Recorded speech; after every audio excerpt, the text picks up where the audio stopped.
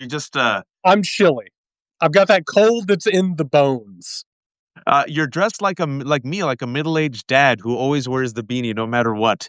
That's like my father. You have my father's uniform on right now. It's awesome. Well I done. think I've got my father's uniform on as well. It happens without you realizing it, doesn't it? I know, you look up one day and all of a sudden. And then, yeah, like I saw myself and I'm like, I look just like my dad. Folks, you're meeting me and Jared-Yates Sexton in an existential crisis where we realized we have transformed into our father. I told Jared that he literally looks like my dad. That is my dad's uniform at any time. Sun, winter, doesn't matter. There's a beanie.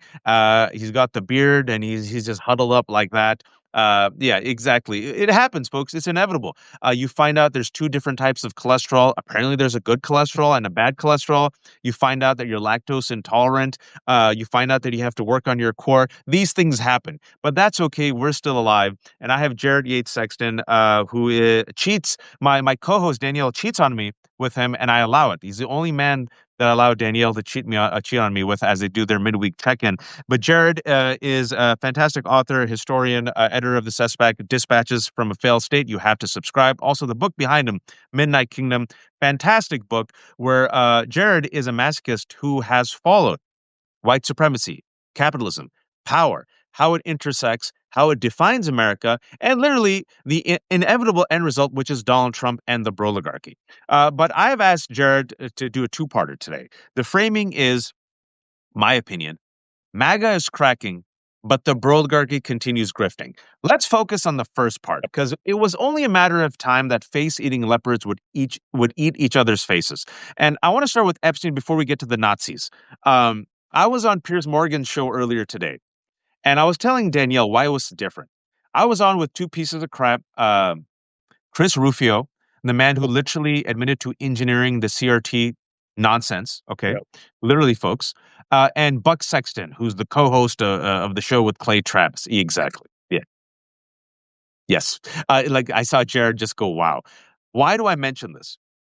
For the first time in 2.5 years, whenever I go on Piers' show, and anytime we talk about MAGA, it's three against one or four against one. I'm usually like I'm ducking and bobbing and weaving, and it's shameless.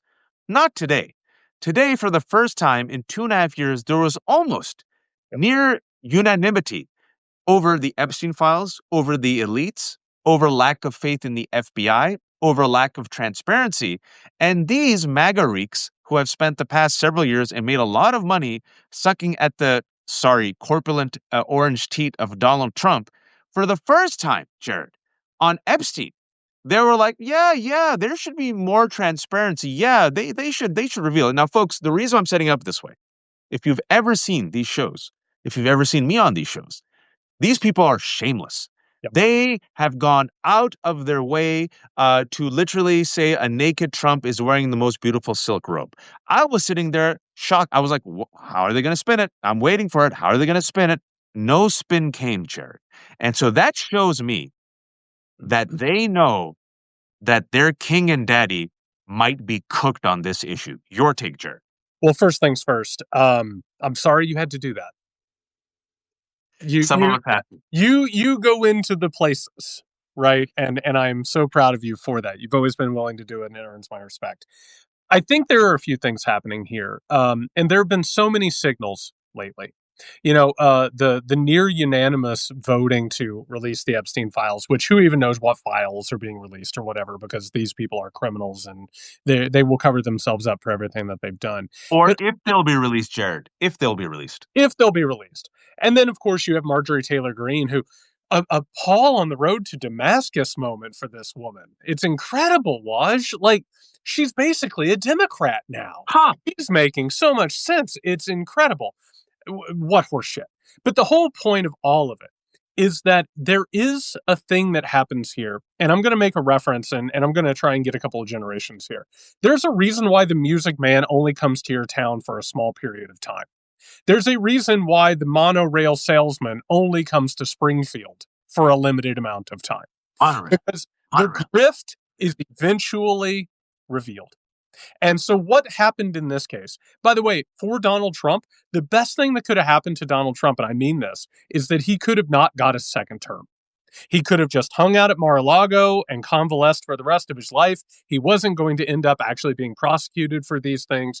But guess what? He can't help himself in the same way a great white shark can't help themselves. The grift must continue because there's no amount of money, there's no amount of power that will ever fill the emptiness in these people. But also the Broligarchy, which we'll get to in a little bit, the oligarchical class, they needed Trump. They needed him to go ahead and bring these things in, knowing full and well they all know who he is. They know that he's a fraud. They know that he is a criminal. They know, like, I mean, Elon Musk was on the inside of this. He even said Trump is in the Epstein files, but he Yep. was a good enough vessel and weapon to use to get their ideas over the finish line or to try to. The whole point here is the contradictions of MAGA from the very beginning were never going to hold. There were too many things. It was a complete and utter con job that was helping the wealth class while claiming to be a populist movement. Eventually, at some point, that was going to fall apart. The idea that he was going to come in and drain the swamp, of course he wasn't. He was going to add to the swamp. He was going to go after the pedophile cabal. He's part of it. It Yep. was never going to last. And so, eventually, at some point or another, there are plenty of cultists who are not going to wake up from this thing. If you look at any cult, the cult leader eventually abuses people, steals people, commits crimes. A core group of people stay. But there are people who leave. And then they give interviews to documentaries and for books. And they're like, I don't know what I was thinking. And that's where we are now. There are a lot of people who are suddenly like, I can't continue with this thing. And then there are others who are going to go down with the ship. So what's happening with MAGA right now is exactly what was always going to happen with MAGA. There was no way that Absolutely. wasn't going to happen. And we've been saying it, right? What we've been saying for those who have seen me and Jared talk, and if you look at parallels in history, is that fascists always turn on other Yep. fascists. We've been saying this repeatedly. It Yep. was just a matter of when. I thought it'd take a year. It took less than a year. And the face-eating leopard party apparently likes all faces, even MAGA faces, right? They just like eating faces. And you're seeing a desperate, cornered New York City rat turn on anything and everything and everyone, like we predicted. He will chew through everyone, even a loyal MAGA supporter, Marjorie Taylor Greene. And the issues that are cracking up MAGA right now are the following: the Epstein files, the economy, Yep. and America First. Now, Yep. let's break each one of them down. It was Donald Trump, like you said, who promoted himself as the anti-establishment, the sole person who could come in and drain the swamp. And they would reveal that the rest of us, and I want people to really sit with this because there are right-wing architects, and we're going to talk about this. I talked about it with Danielle, how they all fail up. Yep. This entire incestuous ecosystem will protect them. You want them to go to jail, folks. Just be prepared. A lot of them will fail up. They deliberately and intentionally, if you will, poured gasoline on the flame of QAnon, convincing that their base, that anyone who opposes Donald Trump is part of an international sex trafficking pedophile conspiracy. I'm not making this up, that we're devil worshippers, that we're evil. It radicalized some people to commit violence, such as Ashley Babbitt. Such as Vance Bolter, who killed Melissa Hortman and had a hit list of 70 people, right? They went all in on it. QAnon was fringe, and Donald Trump and MAGA said, oh, our base is radicalized by this. Let's bring it in. Oh, these Nazi conspiracy theories about replacement theory. Let's bring it in. Oh, the white genocide. Oh, they're into that. Let's bring it in. Ash Patel promoted it. Dan Bongino promoted it. Pam Bondi promoted it. So now they've primed their base. They said, you got to vote for me. I'm going to come in. I'm going to reveal the deep state. The Epstein files are the Rosetta Stone. They'll prove it all. All right, so they get in power, Jared. And Pam Bondi and Kash Patel, I remember this. Do you remember that ashen-faced appearance of Dan Bongino? And do you remember Kash Patel be like, hey, guys, I saw the files. Nothing to see here. It's fine. It's fine. Epstein killed himself. I was like, Dan whoa, whoa. Bongino was blinking out Morse code on Fox News that was basically, it said, save me. And remember, I haven't seen my wife. I don't know what's happening. I'm like, whoa. And I'm like, you saw the Epstein files. You know what's in it. And then, folks, because I keep receipts, they were supposed to release the Epstein files. Pam Bondi said, I have them right here on my desk. Then they read them. What did they do? They closed the investigation. Not only did they close the investigation, they tasked thousands of FBI agents to find and scrub Donald Trump's names. But they're so reckless and stupid, this DOJ, that they all shared the same open Excel sheet, which means there's another leak that he has to plug. All these FBI agents who have it, right?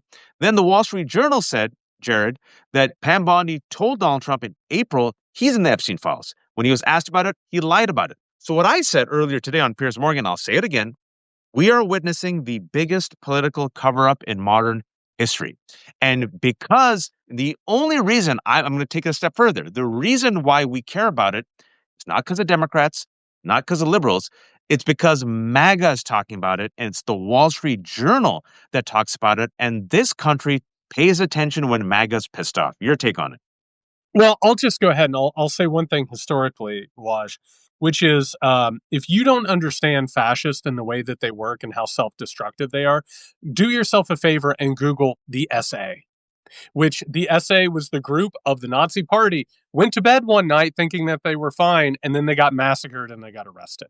Because it is always a self destructive group. If you don't understand that, watch a mafia movie. That's right. Everybody who's part of the mafia at some point or another, they're walking down the street and they don't know what's coming because it cannot, there's no trust in it.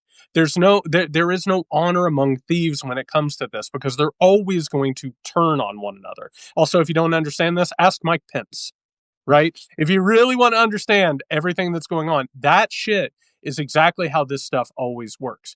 And what has changed here is that it was possible when Donald Trump was not in power from 2021 to 2025. It was possible to imagine an alternate reality where he was president and what he would be able to do. And that was because there were no results necessary. He could go out and give a speech. All of the people who were supporting him could tell you what would happen when he got in power. Right. And by the way, Donald Trump has always been a salesman. He's able to tell you what he's going to do, and then eventually he rips you off and screws you over. And so, when that is the energy behind the political project, eventually all of these uncomfortable bedfellows come together. And for the record, Wash, the groups of people, whether it was QAnon or whether it was the people who are like, hey, watch out for trans teachers who are being predators against students. Guess what, Waj? So many of them have been caught being abusive. So many of them have been arrested for being abusive. Why? Because it's projection. Always. And at the heart of right wing conspiracy theories and fascistic power grabs, what's actually occurring, Waj, is it's a projection of the self onto others. It's seeing the conspiracy theories that they believe exist because that's what they would do. That's what Right. they would do if they were in power. That's what they would do if they were given control and the ability to hurt people. So, what has actually occurred here is all of these uncomfortable bedfellows have gotten together. The America First people, they fooled themselves into thinking that Donald Trump was going to take care of America. Meanwhile, I mean, I'm surprised that he was able to like get up off the floor with MBS yesterday. It was incredible, right? I mean, continue. It's just such a.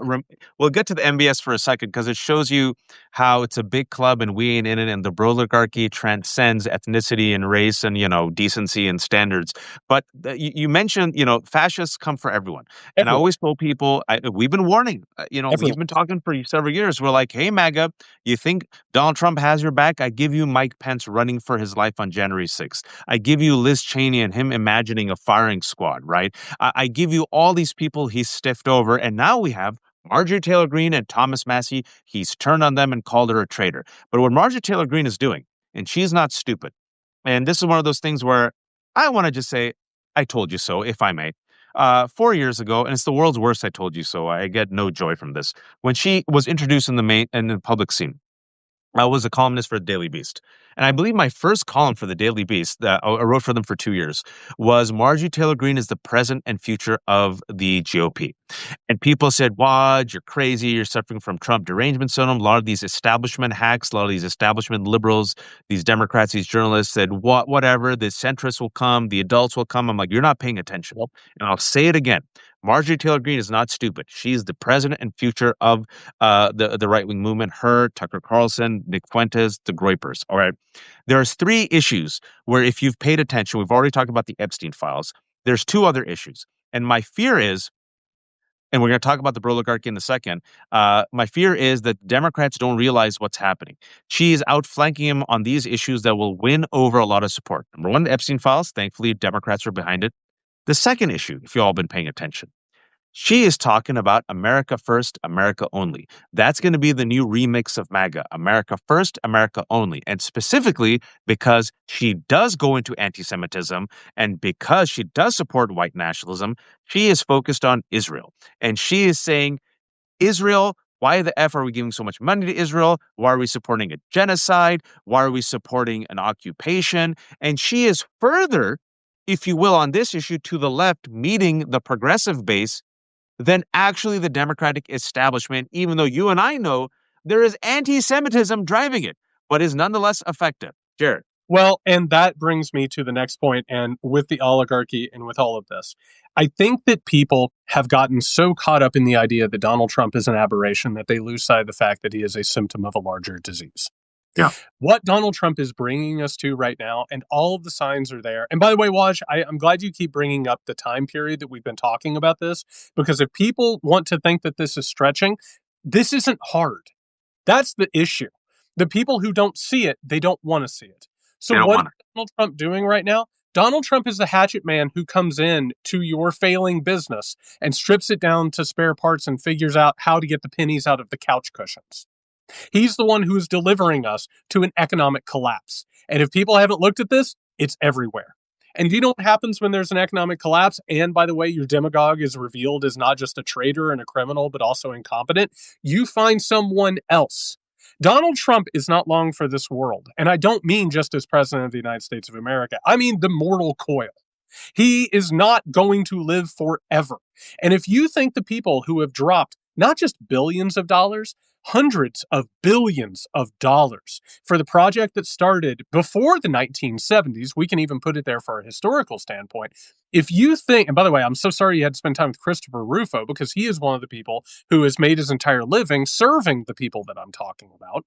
If you think that those people are going to stop because Donald Trump suddenly became like politically unviable, you're not paying attention. So Nope. what comes next? What comes next is what we're all paying attention to, which is the contradictions of MAGA are now being answered by crypto Nazis. Yep. They're the ones who are serious. They're the ones that are able to say, hey, why are we doing all this for Israel? Which is a valid concern. Why are we not helping Americans? Valid concern. Why are we being screwed over by the elite? Which is a valid concern, but it's just a room within a room. And those people, particularly with an economic collapse, I don't know if people have paid attention to the 20th century in the United States of America, but when there's an economic collapse, people become very susceptible to fascism and Nazism. So now we have a problem, which is we can either take this moment with Donald Trump and do something different, or we can fail to learn from not just history, but recent history and do something different to avoid the next step of this thing. Because if Donald Trump dies while we're having this conversation, the problem doesn't go away. The problem deepens and changes and mutates. And the oligarchy, the wealth class, the Nazis, all of them, they're not simply going to say, we had our chance with Donald Trump. That's where it's at. He will be seen as a stepping stone to the next thing, which is how this thing continues to move forward. I'm so glad you connected to the point I wanted to make about economy and Nazis, the cryptocurrency Nazis, folks, and people who think we're crazy. I just want you to sit with this. It's not me or Jared who said that the GOP has a Nazi problem. Yesterday, Laura Loomer tweeted it. Let me repeat, Laura Loomer, a batshit right-wing conspiracy theorist, Islamophobe, who is Jewish but perfectly fine palling around with white nationalists, now finally has come around to saying that the GOP has a Nazi problem. We've been saying it for a while. Have you checked in on Ben Shapiro in the last couple of Oh, weeks? he's a rhino. He knows at this point. And you know what I said? And it was a tweet I did last week. Tweeted his essay, his video that was going against Kevin Roberts of Heritage Foundation, who basically gave a pass to Tucker Carlson for his interview with Nazi lover Nick Fuentes. And I said, "This is the bed you made. This is the group that you actually propped up. You profited off them. We warned you. You knew what it was about, but you wrote it for your own laurels to feather your own nest, and you thought you could control it, right? Just like they thought they could control Tea Party, just like they thought they could control Trump, just like they thought they could control Groypers. They thought And they they could can't. control the Patriot movement, which led to Timothy McVeigh bombing the Alfred P. Murrah building. They think that they are in control of these things. And they're rhinos. Mark Levine, gone, rhino. Laura Loomer now in war with Fuentes, right? You got Shapiro realizing, oh shit, I have unleashed anti Semites who hate me Yep. because I'm Jewish and they hate Israel because of white Christian nationalism. Oh no, with my kippah, I might not be included. No shit. So you got Tucker Carlson and Laura Loomer. You got, the Heritage Foundation literally tearing itself apart because Kevin Roberts also see where the wind is blowing and did not throw Tucker Carlson under the bus. I warned Republicans about this 3 years ago when Donald Trump dined with Nick Fuentes. And I've been asking anyone, can you please ask Donald Trump if he renounces Nick Fuentes? And 2 days ago, when asked again if he renounces Nick Fuentes, he said, no, I don't know much about him. What, huh? So this is MAGA eating itself, right? And the economy now, and this is the fear. I think you said something that I have zero faith in the Democratic establishment. Yep. I'm not a vote blue no matter who guy. I'm old enough to remember they threw everything and a Bill Clinton and a Lawrence Summers against Mamdani. I'm old enough to see that the date is November 19th. Chuck Schumer still hasn't endorsed Mamdani, and Gillibrand still hasn't endorsed Mamdani. And it took Larry Summers being outed in the Epstein files for them to finally somewhat publicly distance themselves as of today. Yep. Center for American Progress and I think Project 2029 distance themselves. The reason why I have no faith in them and the reason why I want to connect it to the economy now, because Marjorie Taylor Greene sees where the wind is blowing. Epstein files, she's on it. Check. America First, criticize Israel. Check. Saying more than Kamala Harris, saying more than Gavin Newsom, saying more than Pete Buttigieg. All these people want to be president. Good luck. The third thing, if you've paid attention, folks, I blame Mike Johnson for the shutdown. My kids can't afford healthcare. My kids can't afford groceries. The elite are screwing us, and enough is enough. They're now realizing the economic populist message mixed in with white nationalism is the competing message, the wide open lane that they're going to try to bait the majority with. And the Democratic establishment, meanwhile, if you're paying attention, is don't mention the Broligarchy. Broligarchy, good. Corporate America, good. APAC, good. And then we're going to somehow win, not reform, and go for restoration. And my take on this, and I'll end my rant soon, I promise, is you tried restoration. It failed. You tried the stopgap. It failed. And going back to history, my fear is, and I know the Democratic leadership is going to F this up, which is why they have to be culled. In Nazi Germany, the people were so desperate, the economic situation was so bad that Hitler, who was left for dead, he went to jail. They're like, he's not a serious character. We'll promote the institutions and we'll promote the same people and we'll promote just not reform but restoration. And Hitler came in and said, "F them." F the elite. They've screwed you. You're Germans. Be proud. They bend the knee to the Allied powers. You humiliate us. Come to me. And people are like, this Hitler guy. I like what he's selling. Well, and by the way, Waj, just to give that more historical context, there's a reason why if you go on Twitter, that cursed website at this point, you are going to see at least one or two memes during your time there that's like, oh, you didn't know the Nazis were leftist? Look at the name, National Socialist. And people don't understand it because they don't understand why the word socialist is in the name, Waj. It's in the name because they were trying to outflank the centrist liberals. They were straddling the political paradigm. And people haven't noticed that with Donald Trump. Donald Trump has been to the left of the Democratic Party on several things. It doesn't mean he means it. He's not sincere about it, but he'll say it in a way that the Democratic Party won't say it. So what happens is fascists and Nazis, they will be both to the far hard right of liberals and they'll be to the left of the liberals. And you know what happens there? The liberals, what do? Watch, they become the center. We need to moderate. We need to lower the temperature. We need to talk to one another. Hey, Dick Cheney, thank you for being a wonderful public servant. Oh, I'm so happy that Goldman Sachs has endorsed me and my economic plan. So what has actually happened in this country that people don't understand is the Democratic Party, and I don't know if you saw this, Jamie Raskin the other day was like, we're a big tent. We can welcome Marjorie Taylor. I was like, oh man, all And people of color were like, bro. what did he say in that? He said, we're liberal, we're progressive, we're conservative. I'm thinking about Jesse Jackson, who, by the way, best wishes to. I hope he makes a full recovery. Yeah. Once said when Bill Clinton was taking over the Democratic Party, when you try and be all things, you are warm spit. You're nothing. And so the Democratic Party has become the refuge, the life raft. It is now the party of Kamala Harris and Bill Kristol and Rick Wilson and all of those people who are like, oh, I can't be a part of this. I'll come over here. They think that makes a large coalition, but watch, they're still thinking about elections. And they're still not thinking about what people actually want.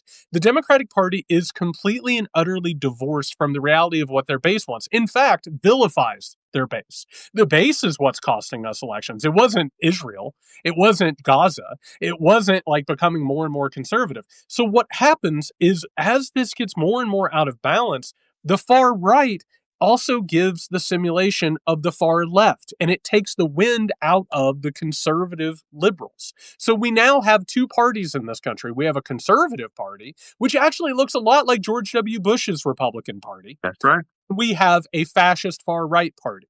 And what does the vast majority of America want? 60 to 80%. They want a leftist alternative. They want things to actually change. They want things to actually be reformed. So that whole thing gets out of whack, and that leaves more and more room for what you just brought up. Marjorie Taylor Greene, who is so far right that it's insane, is now saying things that the Democratic Party is afraid to say. That's And right. that tells you everything you need to know, which is the opportunity is over here, but it's being taken up by charlatans. It was taken over by Donald It's not Trump, just her. Josh Hawley, Tom Cotton, you name it. All these people are sending me WhatsApp. Look what Tucker said. Look what Nick. Hey, have you heard Yes, this Nick Fuentes guy speaking about yes, Palestine? I'm like, he's a Nazi. Hey, yes. Candace Owen, do you see what she said? I know she's crazy, but they're not stupid. No, They're mixing economic populism with white Christian nationalism, and they're giving that as the anti-establishment narrative. Meanwhile, that, you have establishment Democrats telling their base, "Shut the f up. You're gonna suck from the corporate teeth. You're gonna love Israel, and you better stay in place because it's either us or Trump. What are you gonna do?" to go back to the oligarchy part, the reason why that's happening was I'm an old man. I've got gray in my beard. I happen to remember why the oligarchs became oligarchs. It wasn't because of the Republican Party. It was because they were flirting with Mark Zuckerberg and Elon Musk and all of these people. It was the Democratic Party that gave the blank checks to the tech industrialist. That And is true. now they have Absolutely. moved away from that. And the Democratic Party doesn't want to alienate them, doesn't want to alienate their corporatists. They don't want to, all of those things. So they are going to continue to play the same game. While meanwhile, there's no need for it with the Republicans. They can lie, they can massage this, they can find the open lanes. And the Democratic Party is so entrenched in this corporatist view where they do not want to admit what they've done. They don't want to admit that they have played a role in creating these circumstances. And as a result, people don't trust them. And guess what? They've earned it. And now Absolutely. them I to want to give two examples. I want to give two examples. Look at the Mamdani of it all. Don't forget it. There, we have to find the liberal Joe Rogan. They spent millions of dollars. They met at these fancy five-star hotels. Literally, they said to New York Times said $20 million. The universe said, "You don't have to spend that money. Here's Zoran Mamdani." In fact, Zoran Mamdani said, "Let me give you a playbook. I will get more people out to vote in this election than 1969. I will be a generational talent. I'll give you a message. I'll show you the messaging. You don't have to throw anyone under the bus. You don't have to throw woke under the bus. You just have to message on affordability. You have to go against the genocide. And you have to go against the Broligarchy. You do that, and you do it with a smile on your face. You'll win over Trump voters. And you can have billionaires come after you. You can have Bill Clinton come after you. You can have Lawrence Summers come after you. You can have corporate media come after you. You can have the most Islamophobic, hateful campaign, and you'll still win by 10 points. And Democrats say, F you, Mamdani. We still won't endorse you. Kamala Harris, I don't know if you saw this. Kamala Harris just did this event, this live event. You know who she did it with? Not with Jared, not with my brilliant co host, Daniel Moody. Tim Miller of Bulwark. Now, you all know I shit on Tim Miller, deservedly so. And the reason why I shit on Tim Miller is he's going to reveal himself, and you're going to see the weakness of the Tim Millers. White liberals love the Tim Millers. Oh, they love him so much, they want to bear hug him. But Tim Miller has three of the same weaknesses I've always mentioned. Listen to him on Israel, Yep. listen to him on pro-Palestine, Palestinian activists, Muslims. Eh. Listen to him about the Broligarchy. He was very critical of Mamdani when it comes to the Broligarchy. And listen to him about the woke. They're perfectly fine throwing the woke under the bus. And the Democratic Party says, yes, we'd rather embrace the bulwark than our own base because you and I are the same. We're about restoration, the good old days. Yep. You scratch my back, I scratch your back. You love Israel, I love Israel. You love capitalism, I love capitalism. You hate woke, I hate woke. Yes, let's bear hug a Liz Cheney.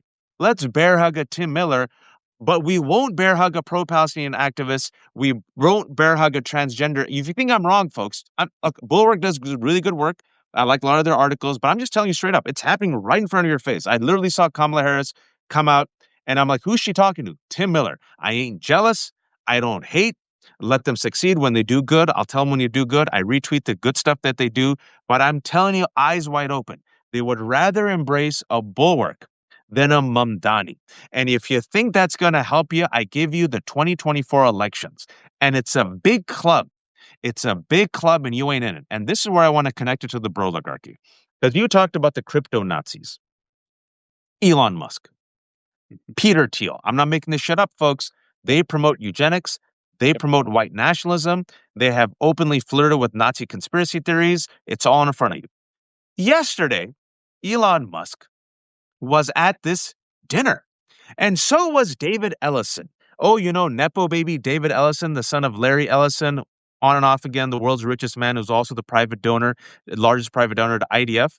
And that David Ellison, who gobbled up Paramount CBS and his daddy gobbled up TikTok, well, the Ellisons want to make a play for Warner Brothers Discovery, which will give them Warner Brothers, Discovery, CNN, HBO, Paramount, DC Comics, TikTok, BET, TBS, TNT, and a few others.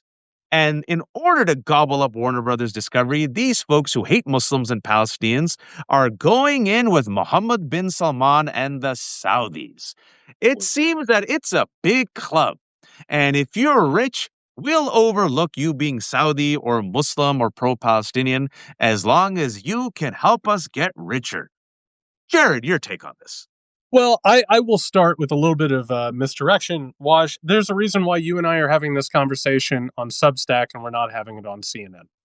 Hmm. And that is because the entire media environment, which, by the way, has been taken over through consolidation. Last time I checked, that happened under Bill Clinton. And Hmm. last time I checked, that happened because of the Democratic Party, which, by the way, was carrying out a project that was started under Ronald Reagan, which Ah, was part of another project that was started under Ronald Reagan. And it kind of started under the end of. Clinton and Reagan. Yeah, Neoliberalism. yeah, it's really weird how like Bill Clinton came in and actually just brought all those things over the finish line. And eventually, you know what it ends up looking like, Waj? It ends up looking like Macho Man Randy Savage and Hulk Hogan are going to be at Madison Square Garden. And man, are they mad at each other. And they're going to settle their differences. And I promise you, when they go behind the curtain, they're still mad at each other. They're not going to All right, crack. so you have to be Hogan now, and I have never done a Randy Savage impression. Let's do it. So you be Hogan. Oh, brother, listen. But here's the thing. What ends up I'm happening gonna get you. when you said it was Tim Miller? Do you know it wouldn't have made a difference if it was Ezra Klein? And guess what? Tim Miller and Ezra Klein are getting paid by the same people, the same group of people. Ezra Klein is out pushing the abundance agenda. Guess who's paying for that? The fucking Koch brothers. Like it's and that's the new vision for the party. Also, by the way, that new economic vision, who was going to design it? Larry Summers. And it's really weird because Larry Summers was asking Jeff Epstein for advice on how to groom a mentee. So it's really weird, and we're actually very fortuitous, Waj. I'm saying this with Danielle earlier today. I'm very grateful that all of this is coming out. Mm. Because what's actually occurring, back to the wrestling match idea, it's almost like the curtain when Macho Man Randy Savage and Hulk Hogan left the ring after fighting to the death. When they walk back behind the curtain has fallen. They pulled the curtain too many times. They didn't pay to get the curtain replaced. Now the curtain has fallen, and we're seeing them backstage patting each other on the back and congratulating themselves on a well-fought match in front of the Rubes. It just so happens the Rubes and the Marks and all of us, and we've known about this for a while. But now more people are starting to understand it because the results can't be hidden anymore. Things like the Epstein files, it makes it very clear. The oligarchs, they make it very clear. The results make it very clear. Opening the government and the shutdown, not because 40 plus million people didn't know where their next meal was coming from, Waj, because flights started getting canceled. And That's people don't know it. Why did the Democratic Party vote to end the shutdown? Because one of their biggest donors is the flight industry. Well, no, I said it. Oh, I haven't talked to you since then, but I posted it. I tweeted it. I said, folks, I want someone to do a research on the airline lobby and if they work the phones. And then the lever found out that they work the phones. And then furthermore, some people found out through open source that all those Dems centrists who caved were Yeah. all paid by the American airline PAC. Which we don't talk about that in, one of the reasons again why we don't have like a syndicated column or something like that is because I would talk about how it was a masterstroke of the Trump administration say, well, we've reached the point we have to cancel flights, and they knew. Sean Duffy said that. He I openly know he threatened. did, but he said it, but he didn't say this will bring the Democrats to the board because it's part of that game. And the Absolutely. game that's been played has been hidden from us. It can't be hidden anymore. There's no room for a margin for it. That's where we are in the capitalist exploitative cycle, is you can't hide it anymore. The only thing you can do is use violence to suppress the anger that comes from it. And that's where we are. The curtain has absolutely fallen. We've seen the wrestlers backstage congratulating each other, and now we're putting two and two together and we're realizing it equals four. And I think the Epstein files, and I said this with Danielle, is just a perfect Rosetta Stone for this because you see Bill Clinton part of the mix, Larry Summers, you see Bill Gates, and you see Steve Bannon, you see Elon Musk, and you see Peter Thiel, you see Leon Black, and you see Leslie Wexner, and you see Donald Trump. And the photos, folks, it's a big club, and you ain't in it. The golfing photos, where it was Yes. Bloomberg and Clinton and Trump just laughing it up, right? Bill Crystal just happened to be in that picture. Oh, he was there also? Billy Crystal. Billy Oh, yeah. Crystal happened Oh, to be in Billy that. Crystal. Like, okay, well, fine. And Larry Summers, who was Yep. unleashed by the Democrats to attack Mamdani, even though he doesn't live in New York? Larry Summers. Who else? Bill Clinton. Who else? The entire pro APAC money, the Bill Ackmans and the rest. It's a big club, and you ain't in it, folks. Exactly. These people all. I was telling Danielle this, in my interesting career, I've always been independent, but they always make the mistake of inviting me to one or two parties and then they kick me out. So I've been invited to Aspen and I say things they don't like, then I'll get invited again. I go on CNN and they realize, oh shit, he's gonna speak his mind. In the green room in CNN, I've shared this many times. I've always described it this way. They're all friendly with each other. They're all Yep. buddy buddies. They go to the same parties. They have sex with each other. They marry each other. They cheat on each other. They go to the same churches, synagogues, golf clubs. At the White House annual correspondence dinner, the day before, there's a massive party thrown in D.C. I think my agency is still UTA, even though they didn't return my calls, but they've invited me before. And I remember one time I went. I don't go to these parties, and my wife said, "Just go," and my agent said, "Just go and meet people, whatever." So I go there. Guess who I first see outside of this fancy schmancy DC restaurant? Sean Spicer, having the time of his life. Sean Spicer was Donald Trump's first White House press chief, the previous Caroline Leavitt, and his job was to literally troll America, gaslight America, and mock the press. They invited him. He was having the gayest time of his life. I'll never forget. He gave someone a big bear hug and was having a great time. Inside, they're all chummy with each other, drinking with each other, having the greatest time. Then you see Trump sitting there golfing with Bill Clinton. Then you see Elon Musk and David Ellison, straight up, racist against Palestinians and Muslims, right? Having no problem sucking up to MBS. Then today you find out that Elon Musk wants to go with Saudi money for an AI company, right? It's all a big club. And Yeah. and you know this, Jared, for those who don't know, it's something called the town in DC. And the town protects its own. The town is those in politics, those in business with money, and in media. It's a big club. And all of these people that sell a train from here to New York, or now the plane to here to Qatar, to Saudi Arabia, to US, they will all protect their own. And I think, Jared, like you said, the curtain is down.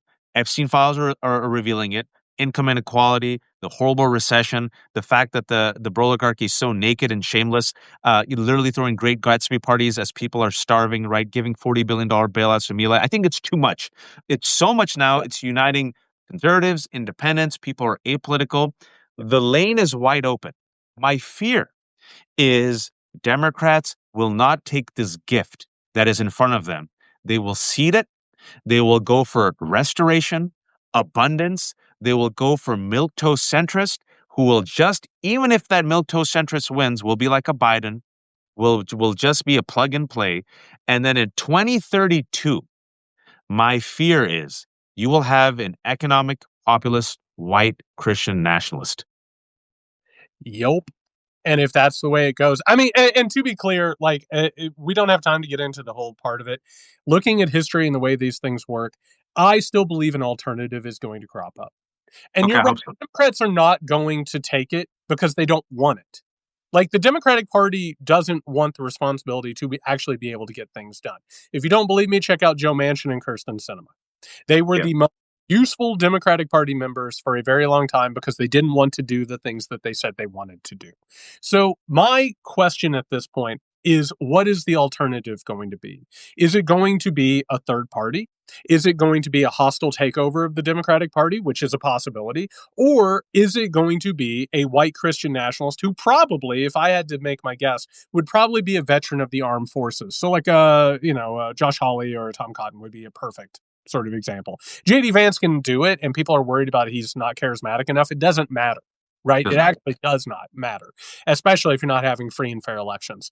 So that is the question: is the Democratic Party is not going to take it with their current leadership. They don't want it.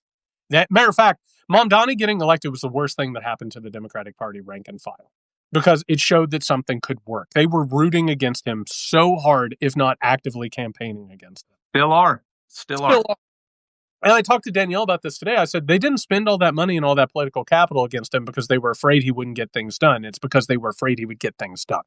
And he would make it clear there was a possibility. So that's my question about the future is where does the alternative come from? Is it going to be the faux nationalist, Christian nationalist, neo-Nazi, like fake leftist part, or is it going to be an actual alternative? That's what's going to shake out at this point, and that's what I'm wondering after. And we'll see. Time will tell. It's an insane, amnesic, self-destructive country. But I've said there's litmus tests. There's 3 litmus tests for Democratic aspirants, such as Kamala Harris, Gavin Newsom, Pete Buttigieg, and they failed them for the most part. Number one, will you renounce the Broligarchy and speak against billionaires? All 3 of them have failed. Number 2, will you renounce Israel and AIPAC, and specifically Israel genocide and apartheid and occupation? Gavin Newsom, oh, master, a silver-tongued, eloquent man. Did you see him lose his temper with Van Lathan? Oh, that's interesting. That's interesting. Pete Buttigieg, the only time I've ever seen him stumble. Cory Booker stumbled. And the third one is who are you willing to throw under the bus? There, Because I don't think that'll work anymore. Zoran Mamdani did not throw anyone under the bus, folks. At 2 a.m., the day of the election, he went to a gay club. The week of the election, he deliberately released an ad in Arabic, taking pride in the fact that his wife is an Arab. He ate with his hands. He met with the immigrants. He didn't do the Lake and Riley Act. He didn't support ICE like all these mother efforts did, right? So those are the 3 litmus tests. I don't have faith in these front runners in being able to do that. And my prediction is if you can't do that, you ain't going to capture the majority. not only you're not going to capture the majority, but even if you were to somehow win, you're not going to do what needs to be done. And I want to say one last thing here, Waj, because I think what you just touched on, I have the exact same rules here in terms of who I will support. If you don't stand up for trans people, you don't stand up for immigrants, you don't stand up for vulnerable people, I cannot vote for you. I can't do it. If you can't say that what happened in Gaza is genocide, I cannot vote for you. If you can't admit to the mistakes the Democratic Party has made to hurt people, I cannot vote for you. And here's the thesis of this, which is this is a moral and ethical test. And a Yeah. lot of people have failed it so far. And that is where it leaves me. If you fail that test, I can't trust you with power. You don't deserve to be anywhere near power. And yeah, and this is a generational opportunity. And will we just go for restoration or will we go for reform? Restoration gave us the bailout in 2008. Restoration gave us neoliberalism. Restoration gave us Biden who failed. Let's be honest, he failed in the opportunity that he was given. And I think restoration will give you a stopgap and then we're effed. So I hope it's up to us to pressure people. It's 5 o'clock. I'm going to let you go. Shamelessly promote yourself as you exit. Jared. Dispatches from a Collapsing State is the newsletter, and the Muckrake podcast is the podcast. There you go. And folks who've joined us, the 1,500 people, I'm talking to Jared-Yates Sexton. Buy his book. It's fantastic. Dispatches from a Collapsing State. If you follow me, follow him. This is The Left Hook. Everything is free. I'm a terrible capitalist. If you have some money, give it to Jared. He's independent. And if you have like 30 cents left over, I have 800 kids. Let me feed one of them. If not, just at very best, the hearts go a long way.